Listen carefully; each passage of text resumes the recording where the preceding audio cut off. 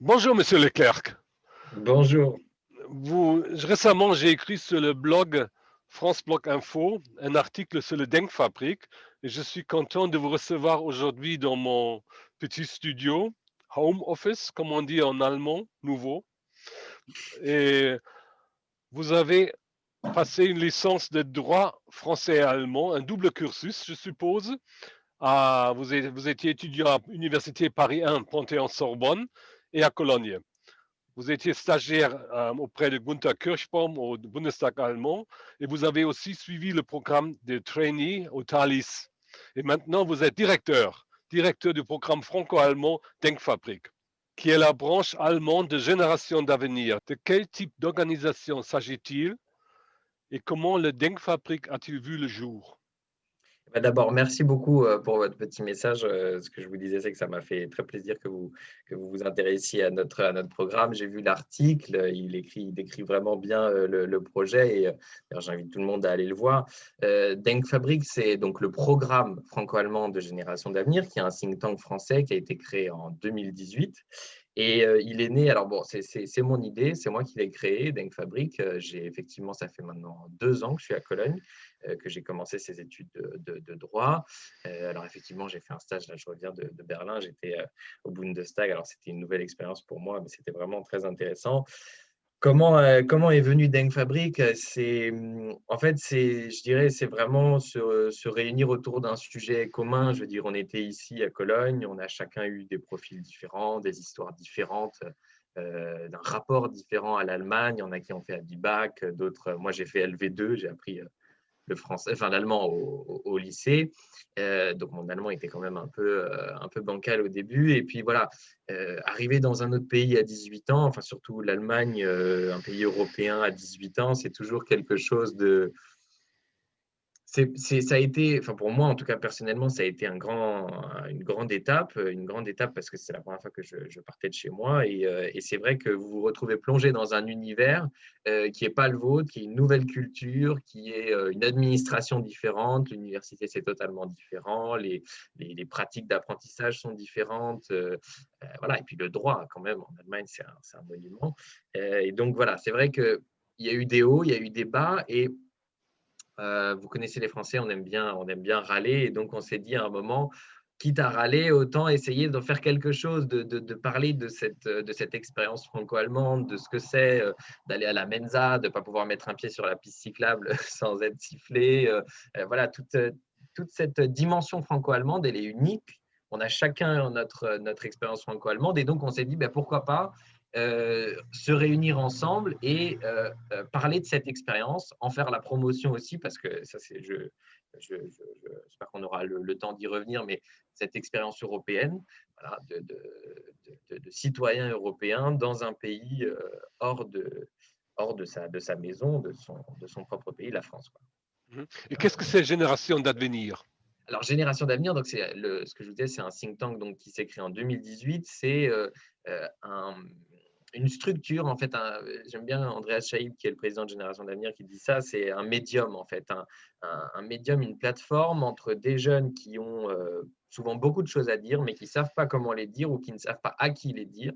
Et c'est une plateforme sur laquelle vous pouvez vous retrouver et rencontrer des élus. C'est le gros travail de Génération d'avenir, c'est rencontrer des élus, des députés sur des sujets de société comme là, il va y avoir la dépénalisation du cannabis, il y a eu tout un travail sur le service national universel, sur la loi de bioéthique, tout ça, voilà, tout ça, les jeunes comme moi, comme nous, ont tous quelque chose à dire. On a tous un intérêt pour ça, mais on ne sait pas souvent comment s'y prendre. Et donc, c'est le but, c'est de se regrouper pour pouvoir après s'adresser à un député, s'adresser à des ministres, mais aussi à la société civile et discuter avec eux de ce sujet en se disant, voilà, notre parole compte, ayez confiance en ce que vous pensez, en ce que vous voulez dire et, et venez en parler, c'est ça, Génération d'avenir.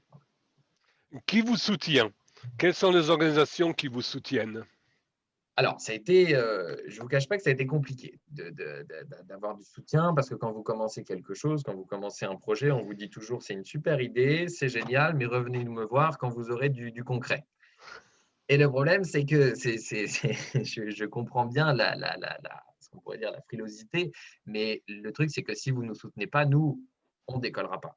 Le premier, vraiment, véritablement, à nous avoir fait confiance, c'est l'OFAGE, l'Office franco-allemand pour la jeunesse, qui nous a soutenus tout de suite, enfin, en tout cas pour Denkmit, qui nous a permis de mettre leur logo, donc d'avoir cette confiance institutionnelle dans ce qu'est l'OFAGE, qui est quand même un acteur majeur du franco-allemand.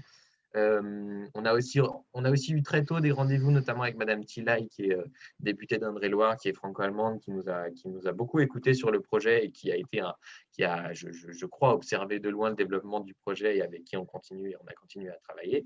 Mais voilà, les soutiens, l'OFAGE, on a aussi l'UFA, hein, l'Université franco-allemande, qui a suivi aussi de loin l'évolution du projet de Denkfabrik. On a aussi la commission CFAJ, commission franco-allemande pour la jeunesse, de Félix Hake, qui est bon, moi je pourrais dire un ami, avec qui moi j'aime beaucoup travailler. On a conçu, on a avancé aussi sur Denkmit ensemble. Donc on essaye d'unir nos forces. Le but, c'est pas de faire notre route tout seul, mais vraiment d'essayer de réunir aussi les acteurs. Et Félix, avec son association, était pour moi, l'une des grandes associations qui existent sur le paysage franco-allemand. On a aussi eu le réseau Abibac, qui est le réseau qui fédère un peu tous les Abibac de France, et qui ont été, parce qu'on a des anciens élèves d'Abibac dans l'équipe de Denkfabrik, et donc ils ont publié un article, et puis on a discuté un peu avec eux. Enfin, ça a été vraiment un de nos premiers interlocuteurs, donc évidemment, ça c'est toujours beaucoup de reconnaissance. Et puis voilà, il y a d'autres partenaires qui arriveront.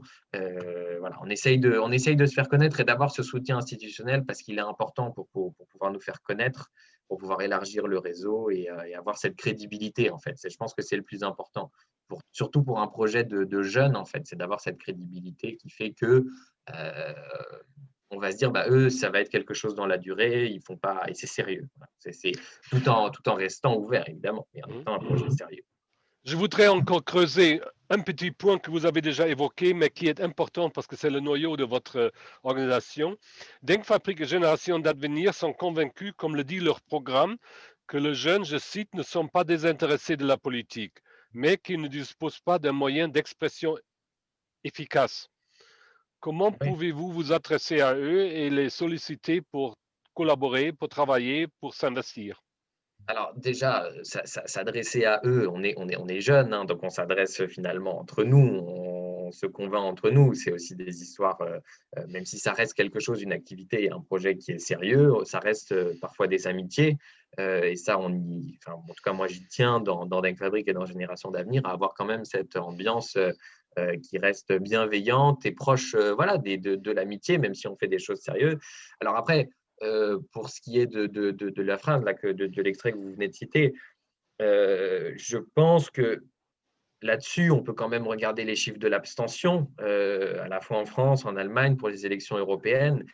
C'est quand même je ne dirais pas qu'il y a un désintéressement des jeunes pour la politique, parce que les jeunes sont quand même engagés sur des questions importantes, qui sont le climat, qui sont le féminisme, tout ça, toutes ces questions qui sont très importantes dans la société, mais pour autant, je pense qu'ils sont, et je vais peut-être dire on, parce que c'est peut-être plus approprié de dire on est désintéressé de l'action politique en général. Voilà.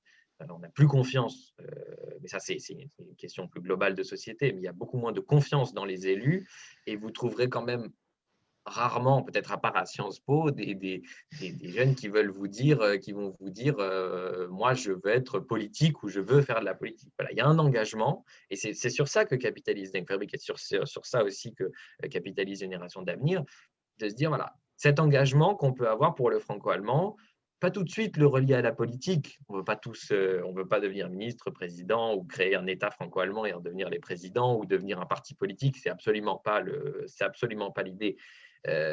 L'idée, c'est vraiment de lier l'engagement à l'utile pour la société, pour les personnes qui décident dans la sphère politique. L'objectif est de créer un nouvel élan pour la jeunesse franco-allemande.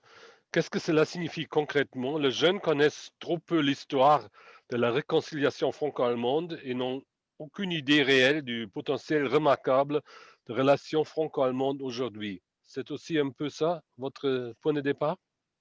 Oui, en fait, c'est le point de départ, c'est de se dire, le point de départ, c'est notre expérience. Et je vais vous parler de mon expérience personnelle, c'est-à-dire que moi, j'ai commencé l'allemand en sixième, en classe bilan.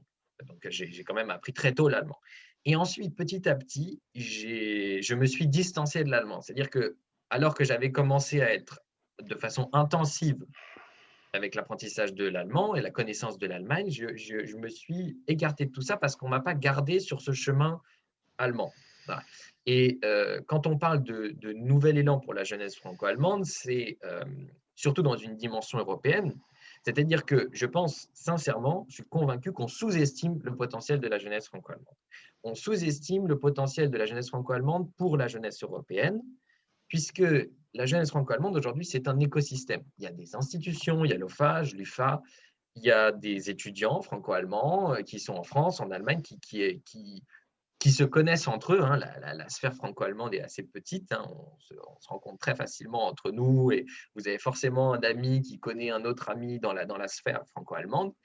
Et donc, ce qu'on se dit, c'est aujourd'hui, le franco-allemand est une sphère parfois difficile d'accès, qui fait peut-être parfois de l'entre-soi, qui est perçue comme une bulle assez élitiste et qui, du coup, n'arrive pas à bénéficier au plus grand nombre.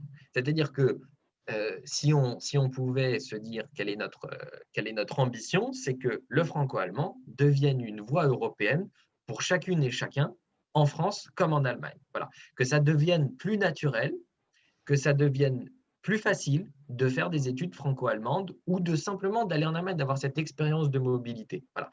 Que toutes et tous, on puisse connaître cette chance que c'est de partir dans le pays voisin et de découvrir cette nouvelle dimension, cette nouvelle culture, ce nouveau pays.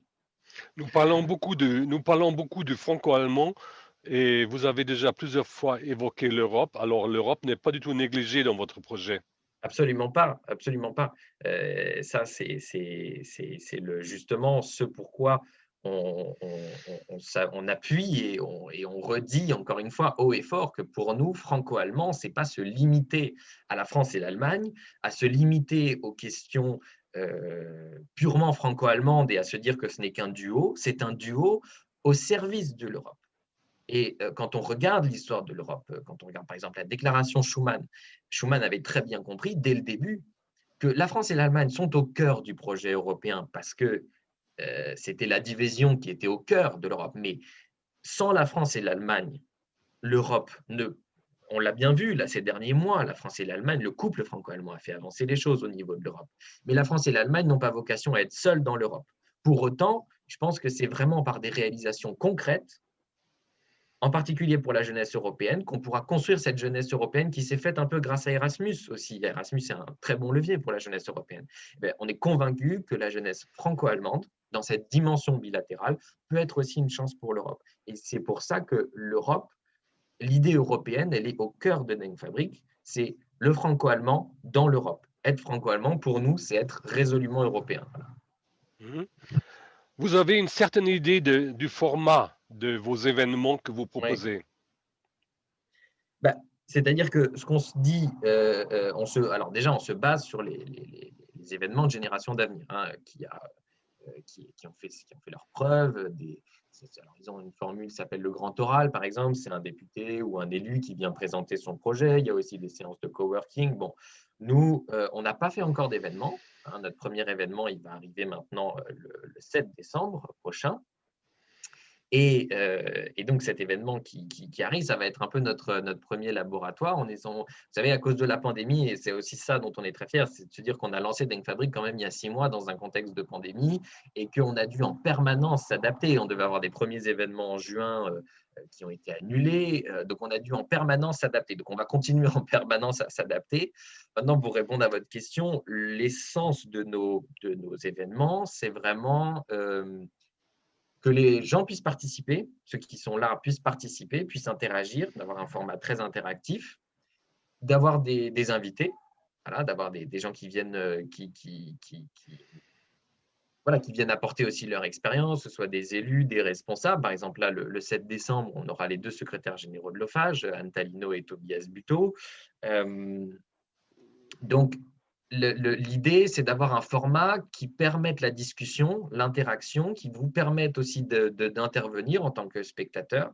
Donc, pour l'instant, on a ce premier format. Alors, effectivement, on avait annoncé d'autres formats et je pense qu'on va attendre de voir un peu dans les mois qui viennent si c'est possible de réaliser ce genre de format, mais c'est toujours basé sur l'interaction entre ce qu'on dit et ce que les gens peuvent poser comme question, peuvent s'intéresser. Voilà. Moi, on est convaincu qu'il n'y a que comme ça qu'on peut intéresser les gens, parce qu'aujourd'hui, il y a quand même des formats en ligne tous les jours, il y a tous les jours des nouvelles conférences. Donc, il faut, je ne vous dis pas qu'on va apporter un format nouveau et que ça va être le truc génial, mais en tout cas, on va essayer de rendre ça le plus interactif possible et le moins banal possible. Voilà. Ce n'est pas une conférence. C'est votre site. Il y a des publications, il y a beaucoup d'offres, comme sur un blog. Vous appelez les contributions les cartes blanches, Denkperspektive, Zukunftswerkstatt, Entretien. De quoi s'agit-il? Alors, c'est différent. L'engagement qu'on a dans Denk Fabric, il a deux dimensions. Il a cette première dimension de réflexion dans les rapports. D'ailleurs, le rapport Denk Meet qui est disponible sur le site, vous pouvez voir, c'est des idées concrètes. Voilà, c'est une activité de rapport. Et il y a aussi une activité de réflexion qui permet d'attirer les gens tous les 15 jours. Enfin bon, après, on va revoir peut-être notre rythme de publication, mais essayer d'intéresser les gens au fil des jours, de l'actualité ou de réflexions ponctuelles, c'est-à-dire de produire du contenu qui vient d'étudiants franco-allemands la plupart du temps et qui écrivent sur des thématiques relativement d'actualité. On a eu la présidence du Conseil, aujourd'hui, là on est le 11 novembre, on va avoir quelque chose sur les commémorations. Toutes ces productions, elles visent en fait à rendre compte de notre réflexion, de montrer que voilà, il y a un travail qui se fait, il y a des gens qui écrivent. Et alors, vous me parliez, alors il y a les cartes blanches. Alors, les cartes blanches, c'est des formats où, donc c'est Léandre, Léandre Lepers qui est chargé de la publication. Et alors, donc, en fait, ces cartes blanches, ça peut être des étudiants, qui est un étudiant en sciences politiques, un étudiant en droit, qui écrit sur un thème spécial sur lequel il a envie d'exposer son avis. Ça, c'est les cartes blanches. C'est le même format que Génération d'Avenir. Hein. C'est cette idée de dire, voilà, s'il y a un thème qui vous intéresse et sur lequel vous avez envie de vous exprimer, exprimez-vous. Denk Perspective, c'était les premiers articles qu'on avait produits, les tout premiers articles qu'on avait produits au début de Denk Fabric, où chacun des membres de l'équipe avait exploré un peu une thématique du franco-allemand. Il y avait l'économie, la culture, l'éducation. Voilà, donc ça, c'était une première série, entre guillemets. Et la Zukunftswerkstatt, c'est un programme qui est organisé par l'Institut français de Bonn et la Konrad Adenauer Stiftung à Bonn, qui ont réalisé une série et qui continue d'ailleurs encore une série de réunions les mercredis avec des experts. Et nous, on était un peu, et on est la question jeunesse au milieu de tout ça. Voilà, on pose une question qui peut refléter la vie, ou en tout cas les questionnements de la jeunesse. Alors ça, on va avoir des comptes rendus qui vont sortir. On avait pris un petit peu de retard sur ces publications-là, mais on va avoir des comptes rendus qui vont sortir pour rendre compte un peu de cette activité. Donc voilà, dans tous les cas, ce qui est très important avec les publications, effectivement, c'est un peu comme un blog, c'est de se dire, on essaye d'avoir régulièrement une production de la part d'étudiants franco-allemands sur des thèmes franco-allemands. Et en fait, à travers ces publications, ce qu'on essaye de faire, c'est d'attirer quelqu'un, par exemple, qui n'aurait pas forcément d'intérêt pour le franco-allemand sur les réseaux sociaux et qui pourra lire très rapidement quelque chose de très simple, très concis sur une thématique franco-allemande désignée. Votre bulletin d'information ou le newsletter s'appelle Denkfabrief. À quelle fréquence sera-t-il ou sera-t-elle publié? Alors, on va la publier. Là, pour l'instant, on part sur un rythme d'une fois par mois. Voilà, c'est Léandre qui s'en charge et qui va regrouper voilà, des petites brèves d'actualité, des expositions, des événements culturels, des podcasts et tout ça sur le franco-allemand. Elle est envoyée dans les deux langues. Donc, c'est pour ça que quand vous vous inscrivez sur le site, vous pouvez l'avoir soit en français, soit en allemand. Et voilà, on va essayer de… Comme ça, c'est encore un moyen en fait de diversifier les formats et d'essayer le plus possible d'informer et de faire découvrir le franco-allemand à n'importe qui et l'activité franco-allemande, l'actualité franco-allemande. Voilà. Il y a aussi une brochure sur la Denkfabrik qui peut être téléchargée sur votre site. Qu'est-ce qu'elle dit aux élèves? Alors, donc c'est le rapport, c'est notre premier rapport, hein. Donc, ce qu'on entend par rapport, c'est de se dire qu'on a fait une consultation, on a fait un premier sondage en juin. Ensuite, notre groupe de travail, on a rassemblé les résultats, on a fait un constat, on a regardé un peu. Bon, c'était sur le parcours franco-allemand de chacun. Donc, on questionnait, voilà, est-ce que vous avez appris l'allemand, vous avez appris le français, vous avez arrêté après l'abitur, est-ce que vous aviez entendu parler des cursus après le bac? Oui, non. Voilà. Peut-être il y avait aussi des gens qui connaissaient rien aux pays voisins et ils ont quand même participé. Et ça, c'était notre but, c'était de diversifier selon les profils. Et donc là, le rapport qui est sur le site, le rapport Denkmeet, c'est 20 idées pour une nouvelle ambition pour la jeunesse franco-allemande. Ça veut dire qu'en 3 piliers, on a essayé d'exposer des propositions pour, c'est ce qu'on se disait au début de cet entretien, c'est-à-dire pour avoir une nouvelle vision pour la jeunesse franco-allemande. C'est-à-dire que, comme on se disait, la jeunesse franco-allemande, elle a été l'actrice de la réconciliation entre nos deux pays après la guerre, hein. De Gaulle, à Ludwigsburg, par exemple, ce discours en s'adressant à la jeunesse, c'est voilà, la jeunesse a été les fondements de la réconciliation. Bon, la réconciliation et l'amitié franco-allemande, elle est toujours à entretenir. Et ça, c'est très important, c'est de se dire qu'il faut toujours entretenir cette amitié. Mais maintenant, est-ce que la jeunesse franco-allemande ne pourrait pas avoir une ambition résolument européenne de devenir cette jeunesse accessible à tous, qui permet une mobilité dans un pays européen? Voilà. C'est ça ce qui est j'ai le mot allemand qui me vient en tête, mais enfin, c'est ça qui est imaginé, enfin, qui est implicitement dit dans cette nouvelle ambition, c'est de se dire, maintenant, à partir d'aujourd'hui, est-ce qu'on ne pourrait pas avoir une vision renouvelée, encore plus avec de nouveaux objectifs pour la jeunesse franco-allemande? Donc, on a trois piliers qui travaillent sur le supérieur, c'est-à-dire comment est-ce qu'on peut élargir les cursus et les possibilités de partir dans le pays voisin après le bac. Comment est-ce qu'on peut avoir une offre franco-allemande destinée à la jeunesse sur l'ensemble de nos territoires, c'est-à-dire ne pas se limiter aux territoires frontaliers où on entend beaucoup parler du franco-allemand, mais en entendre parler aussi en Bretagne ou partout en Allemagne, enfin voilà, partout en Allemagne, partout en France. Et le troisième pilier, c'est l'éveil aux pays voisins, c'est-à-dire dès le plus jeune âge, d'avoir cette sensibilité franco-allemande et de commencer plus tôt l'apprentissage de la langue de l'autre pour pouvoir avoir cette sensibilité franco-allemande. Voilà, donc ça, c'est 20 idées qu'on peut retrouver sur le site et qu'on présentera donc le 7 décembre à l'Institut français de Bonn dans ce format en ligne. Comment faites-vous la publicité de votre Denkfabrik? Vous êtes également présent dans beaucoup des réseaux sociaux, lesquels par exemple? Alors, on vient de créer notre page Facebook Denkfabrik. Donc, c'est des canaux. C'est vrai que les réseaux sociaux, c'est surtout dans cette période de crise sanitaire, c'est l'une des seules manières, le seul moyen qu'on a pour essayer de se faire connaître. On bénéficie aussi de la visibilité de Génération d'Avenir sur ces réseaux sociaux. Là, on a créé une page Facebook pour avoir quand même un canal différencié et pouvoir s'adresser directement à un certain public. Mais c'est important aussi pour nous de continuer à être présent sur le canal de Génération d'Avenir, parce que déjà, on est le programme de Génération d'Avenir, donc on est une partie de l'activité de Génération d'Avenir pour toucher des nouveaux publics.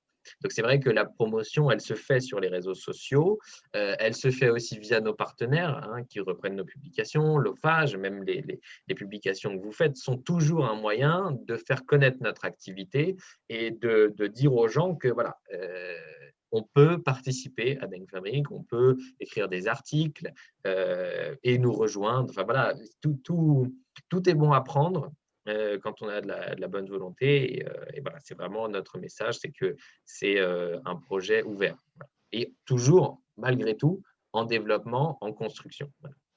Merci, Monsieur Leclerc. Je vous Merci. souhaite un très grand succès pour votre organisation Denkfabrik. Merci. Merci bien.